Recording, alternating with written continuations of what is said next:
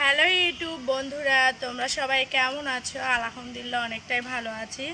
তো আজকে বাজার থেকে দেশি ছোট মাছ নিয়ে এসেছে। এগুলো মলা মাছ আছে, তারপর পুঁটি মাছ আছে এই যে।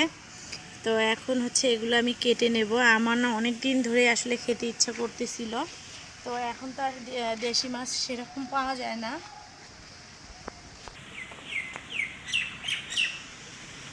আসলে সচরাচর এখন আর দেশি মাছ তেমন পাওয়াই যায় না। মাছগুলো কিন্তু টাটকাই আছে।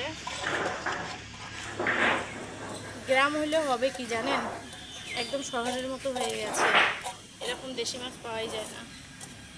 দেখছো, এই দেখো অনেকদিন পরে এই চান্দা মাছগুলো দেখলাম। আমার কাছে কিন্তু চান্দা মাছের ভাজি খুবই ভালো লাগে। এগুলো দেশি চান্দা মাছ, এই যে ছোট্ট ছোট্ট, মানে এখানে আর কি মিশালা মাছ আছে, এই যে চিরাতি মাছ।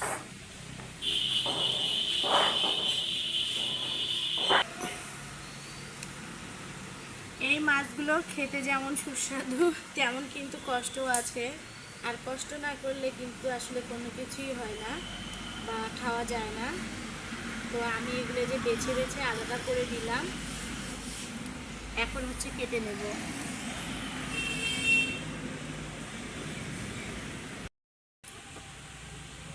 মোয়া মাছগুলো টিপে নিচ্ছি। মোয়া মাছের মাথা ফেলাবো না।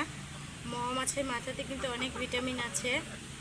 বেশি বড় হলে তাহলে আমি কেটে নিতাম, যেহেতু ছোট ছোট তার জন্য আমি টিপেই নিচ্ছি।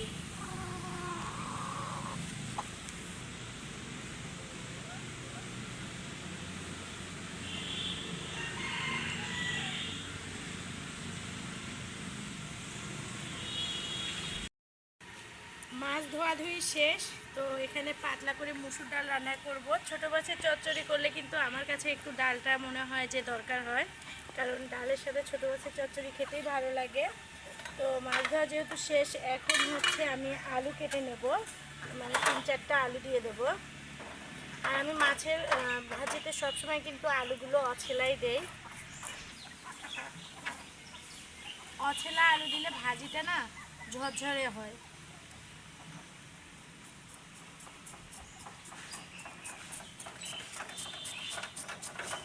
এই যে এভাবে দিচ্ছি।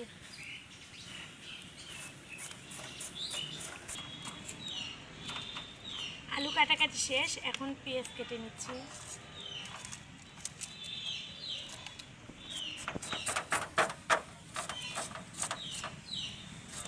বটিটার ধার কমে গেছে, বুঝছো? ধার দেওয়া লাগবে। হ্যাঁ। আর আপুরা ভাইয়ারা, আপনাদেরকে একটা কথা বলি। আসলে হয়তো বা অনেকেই বলবেন যে আপনি প্রতিদিন শুধু এই রান্নার ভিডিওই দেন আর এগুলোই দেন, কি করব বলেন তো? আমরা গ্রামের মানুষ, নিম্ন মধ্যবিত্ত। তো আমরা আসলে প্রতিদিন যেগুলো খাই, রান্না করি, সেগুলোই কিন্তু আমি আমার ভিডিওর মাধ্যমে আপনাদের সাথে শেয়ার করি। ঠিক আছে? এখন কাঁচামরিচ কেটে নিচ্ছি। ছোটো মাছের চচ্চড়ি তো কাঁচামরিচের প্রয়োজন। শুকনো মরিচের গুঁড়া দিয়ে রান্না করলে ভালো লাগে না।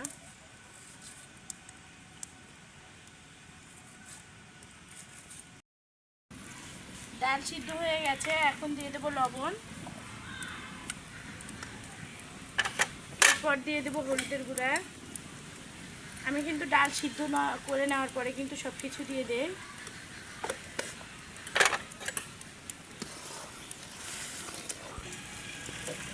ডালটা নামিয়ে নিলাম, এখন বাগার দেব। এই কড়াইয়ে বাগার দেব। এখানে যে রসুন, পেঁয়াজ, শুকনো মরিচ দিয়ে দিলাম।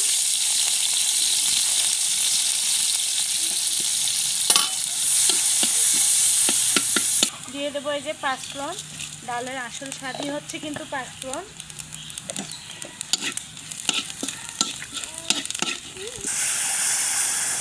ডালটা বাগার দিয়ে দিলাম, এখন নামিয়ে নেব।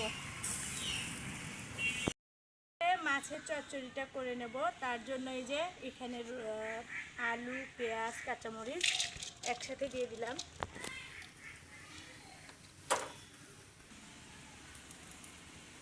এখন একে একে সব কিছু দিয়ে দেব।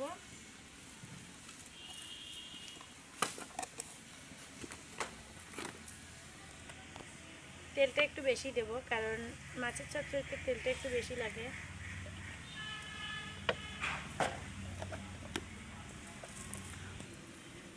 স্বাদ মতো লবণ, এরপর দিয়ে দেবো কাঁচা জিরে বাটা। মাছের চচ্চড়িতে আমি সবসময় একটু জিরে বাটা দিই।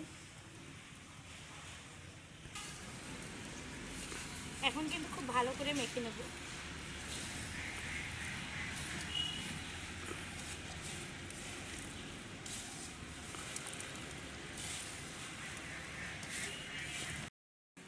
আলুগুলো মাখামাখি হয়ে গেছে, এখন মাছগুলো দিয়ে দেব।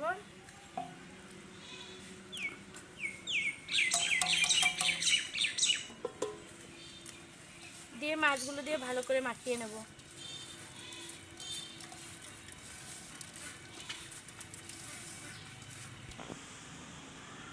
মাখামাখি শেষ, এখন ঝোল দিয়ে দিচ্ছি হালকা করে, যেহেতু চচ্চড়ি করব তো এই পানিতে কিন্তু হয়ে যাবে। এখন হচ্ছে চুলায় দিয়ে দেবো।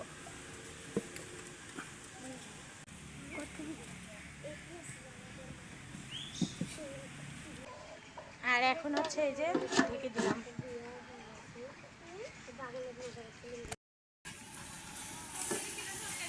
আর এই তো দেখেন মাছের চচ্চড়ি কিন্তু বলক চলে আসছে, তো আরও একটু পুরপুরি করে নেব।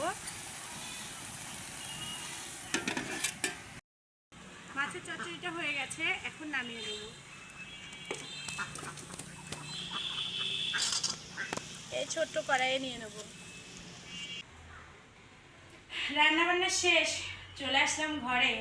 তো এই যে মাছের চচ্চড়ি, তার সাথে ডাল। তো আজকে এই দুইটাই রান্না। তো এখন হচ্ছে গোসল করতে যাব। আসলে আজকে খাওয়া দাওয়া দেখাতে পারছি না, অনেকটা দেরি হয়ে গেছে। সবাই ভালো থাকবেন, সুস্থ থাকবেন, আল্লাহ হাফেজ।